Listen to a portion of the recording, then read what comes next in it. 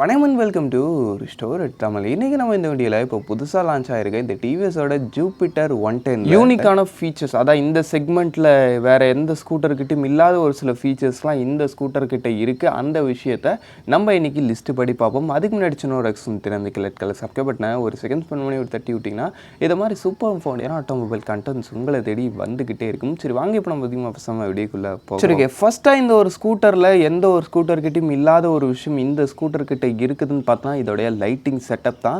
அவங்க lighting wise பொறுத்த அளவுக்கு டாப் டு பாட்டம் உங்களுக்கு எல்லாமே full and full LED light setup வருது. உங்களுக்கு ஹாலஜன்ன்ற ஒரு விஷயமே கிடையாது. எல்லா இடத்துலையும் உங்களுக்கு எல்இடி செட்டப் வருது. அதுலேயும் குறிப்பாக இதில் கொடுத்துருக்க அந்த ஒரு ஃப்ரண்ட் எல்இடி டிஆர்எல்லோட அந்த ஒரு ஸ்டைலிங்கிறது ரொம்ப ஒரு சூப்பரான ஒரு இனோவேட்டிவ் ரோடு அப்பியரன்ஸை கொடுக்குதுன்றதுல டவுட் இல்லை. நம்ம அந்த ஒரு டிஆர்எல் வந்து ஜஸ்ட் உங்களுக்கு ஒரு டிஆர்எலை மட்டும் ஆக்ட் பண்ணாமல் அதுலேயே உங்களுக்கு இண்டிகேட்டர்ஸை இன்டர்கேட் பண்ணி கொடுத்தது இன்னும் ஒரு சூப்பர் ஹைலைட்டரான ஒரு விஷயமாகவே இருக்குது.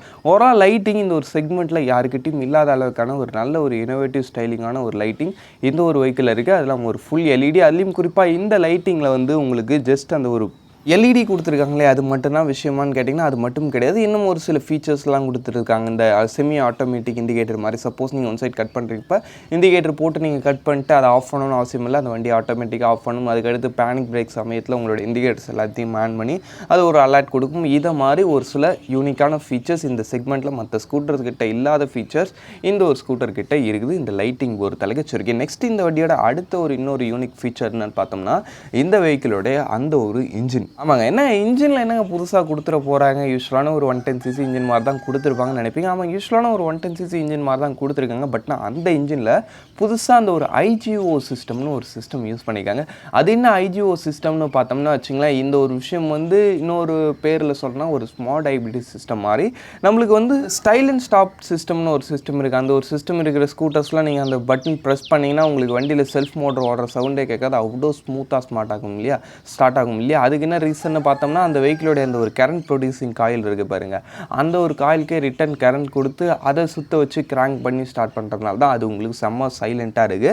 அந்த ஒரு விஷயத்தை இந்த இடத்துல எப்படி எஃபிஷியண்ட்டாக யூஸ் பண்ணுறாங்கன்னு கேட்டிங்கன்னா, சப்போஸ் நீங்கள் ஏதாவது ஒரு சர்வர்லேருந்து எடுக்கிறதா இருந்தாலும் ஒரு சடன் ஆக்சிலரேஷன் பண்ணுறதா இருந்தாலும் உங்களுக்கு வந்து வெஹிக்கிளோட இன்ஜினில் வந்து கொஞ்சம் லோடு அதிகமாக விழும். ஆமாம் இல்லையா? கொஞ்சம் உங்கள் இன்ஜின் வந்து அதிக ஸ்ட்ரெஸ் ஆகிற மாதிரி இருக்கும். அதை மாதிரி சமயத்தில் இந்த ஐஜிஓ சிஸ்டம் ஆக்டிவேட் ஆகி உங்களுக்கு அந்த ஒரு ரெட் காயில் இருக்குது பார்த்தீங்களா, அதை சுற்ற வச்சு அந்த ஒரு இன்ஜினோடைய ப்ரெஷருக்கு வந்து ஒரு சின்ன அசிஸ்ட் கொடுத்து உங்களுக்கு வெஹிக்கிளோடைய பிக்கப்பு பூஸ்ட் பண்ணி அந்த இன்ஜினோடைய எஃபிஷியன்சியும் கூட்டும். இதனால் நம்மளுக்கு இன்னொரு பெனிஃபிட்னு பார்த்தோம்னா நம்மளுக்கு இன்ஜினோடைய ஸ்ட்ரெஸ்ன்றது கம்மியாக இருக்கும். ஸ்ட்ரெஸ் கம்மியாக இருந்தால் ஃபியூல் எஃபிஷியன்சி அதிகமாக இருக்கும். அப்படின்றப்ப இந்த வெஹிக்கிள் வந்து பர் லிட்டருக்கே 61 to 60 அதான் 61, 62 அது மாதிரி மைலேஜ் தான் சொல்கிறாங்க. அப்படின்றப்ப மைலேஜ் விஷயத்தில் இந்த செக்மெண்ட்டில் வேறு எந்த ஒரு ஸ்கூட்டரும் இந்த அளவுக்கான ஒரு மைலேஜ் ஃபிகர்ஸ் ஆஃபர் பண்ணுறதில்ல. இந்த ஒரு ஸ்கூட்டர் ஆஃபர் பண்ணுது. இந்த ஒரு ஃபீச்சர் வந்து இந்த ஒரு செக்மெண்ட்டில் இதுகிட்ட மட்டும்தான் இருக்குது. ஒரு யூனிக்கான ஃபீச்சருமே கூட. பட் ஆனால் இந்த ஒரு ஃபீச்சர் வந்து நம்ம இந்தியன் மார்க்கெட்டுக்கே புதுசான்னு கேட்டிங்கன்னா நம்ம இந்தியன் மார்க்கெட்டுக்கே புதுசு கிடையாது. ஸ்கூட்டர்ஸில் வந்து ஆல்ரெடி இதோடைய அப்பர் செக்மெண்ட்டான இந்த ஒரு 125cc ஸ்கூட்டர்ஸில் இந்த Yamaha Ray and Yamaha Fascino வந்து இந்த ஒரு விஷயத்தை யூஸ் பண்ணுவாங்க. இப்போ புதுசாக இந்த ஒரு விஷயத்தை வந்து இந்த ஒரு 125cc செக்மெண்ட்லையும் எடுத்துகிட்டு வந்திருக்காங்கன்றப்போ ஃபீச்சர் விஷயத்தில் ரீலி ஓரளவுக்கு அந்த ஒரு இன்ஜின்லையும் நல்லாவே பண்ணியிருக்காங்க. அதுக்கடுத்து இந்த வெஹிக்கிளோடைய அந்த ஒரு இன்னொரு ஹைலைட்டரான விஷயம் என்னென்னு பார்த்தோன்னா இந்த வெஹிக்கிளுடைய ப்ராக்டிகாலிட்டி. ஆமாங்க, ப்ராக்டிகாலிட்டி நான் ஏன் சொல்கிறேன்னா இந்த ஒரு ஸ்கூட்டர் வந்து பார்க்குறதுக்கு நல்ல ஒரு இனோவேட்டிவான ஒரு ஸ்டைலிங்கில் இருக்கக்கூடிய ஒரு ஸ்கூட்டராக இருக்கும்.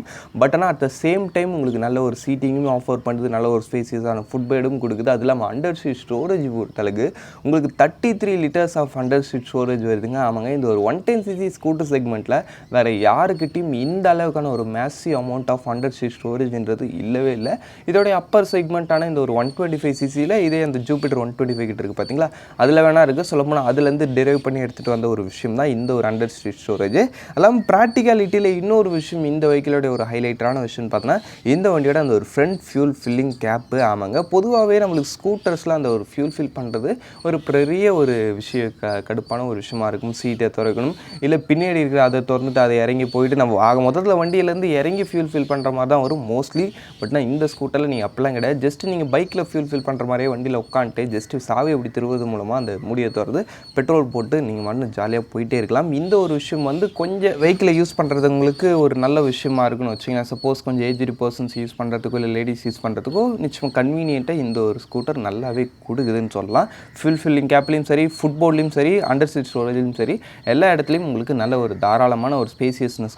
ஃப்ரண்ட்டில் ஒரு க்ளவுட் பாக்ஸும் வருதுன்றப்போ ஓவராலாக நல்ல ஒரு ஃபேமிலி யூஸுக்கு ஒரு ப்ராக்டிக்கலான ஒரு வெஹிக்கிளாக இந்த ஒரு டிவிஎஸோட ஜூபிட்டர் இருக்குது. தான் உங்களுக்கு இன்னமும் அப்படியே ஓவர் ஃபேன்சியாக அப்படியே ஒரு ஓவர் ஃபீச்சரிஸ்டிக்கான ஒரு ஃபீல் கொடுக்கும். பட் ஆனால் இது வந்து நல்ல ஒரு ஃபேமிலி ஸ்கூட்டர், அந்த ஒரு விஷயத்தில் டவுட் இல்லை. சரி, ஓகே. இதுக்கடுத்து மற்றபடின்னு பார்த்தா இந்த செக்மெண்ட்டில் வர மாதிரி ப்ளூடூத் கனெக்டிவிட்டியில் ஒரு இன்ஸ்ட்ருமெண்ட் கிளஸ்டர் இருக்குது, அது ஸ்மார்ட் கனெக்ட் ஃபீச்சரும் இருக்குது, voice assistance, GPS navigation, engine power, அது மாதிரி எல்லா விஷயங்கள் சேம் டயர் பிரேக்கிங் மாதிரி விஷயம்லாம் இந்த செக்மெண்ட்டில் இருக்கிற மாதிரி யூஸ்வலாக கொடுத்துருக்காங்க. ஓவராலாக இந்த ஒரு 110cc செக்மெண்ட்டில் எனக்கு தெரிஞ்சு இப்போதைக்கு நம்ம இந்தியன் மார்க்கெட்டில் ஒரு பெஸ்ட்டு ஸ்கூட்டராக இந்த டிவிஎஸோட ஜூபிட்டர் இருக்குது. இந்த ஒரு ஸ்கூட்டர் பற்றி நீங்கள் நினைக்கிறீங்க கமெண்ட் செக்ஷன் பண்ணுவீங்க. இப்போதைக்கு இந்த வீடியோ நம்ம இங்கே முடிச்சுவோம். தேங்க் ஃபார் வாட்சிங். பை. See you later.